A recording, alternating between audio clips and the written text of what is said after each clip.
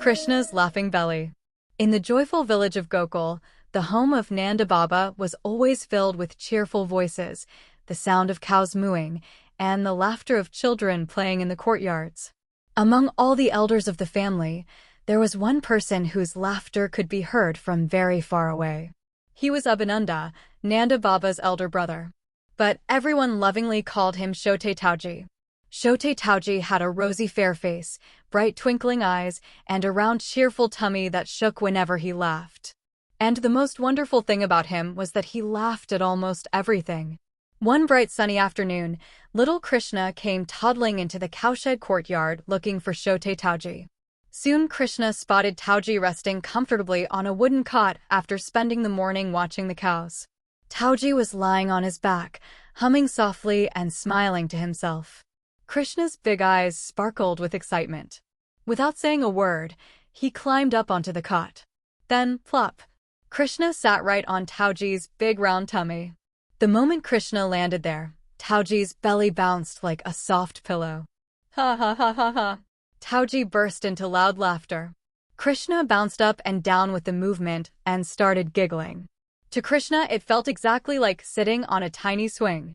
Every time Tauji laughed, the tummy went up and down. And every time the tummy moved, Krishna bounced happily. Soon the other village children noticed the funny sight. They ran toward the cowshed and gathered around.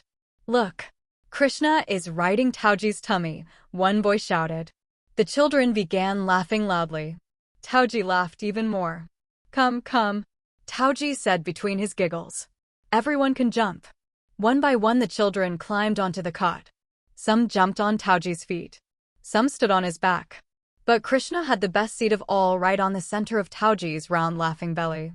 The cows nearby watched calmly, as if they were also enjoying the funny scene. After a few moments, Krishna suddenly became very thoughtful. He tilted his head and asked a serious question. Tauji, Krishna said curiously, what would happen if an elephant was walking on a narrow road and suddenly a big stone blocked the path? Tauji scratched his head and pretended to think very deeply. He closed one eye and tapped his chin. The elephant would probably sit down and start thinking about life. The children burst into laughter. Krishna smiled but waited for more. Tauji leaned closer and whispered mischievously. Or maybe the elephant would flap his wings like a crow and fly over the stone. The children laughed even louder. Krishna threw his head back and giggled. How can an elephant fly? Krishna said. It has no wings. Tauji nodded very seriously. You are right, he said. Then he grinned and continued. In that case, the elephant will shout very loudly. Hey, Nanda Baba's son, come help me. Hearing this, Krishna clapped his tiny hands with delight. Tauji's laughter became even louder. His big round tummy bounced again and again like a drum.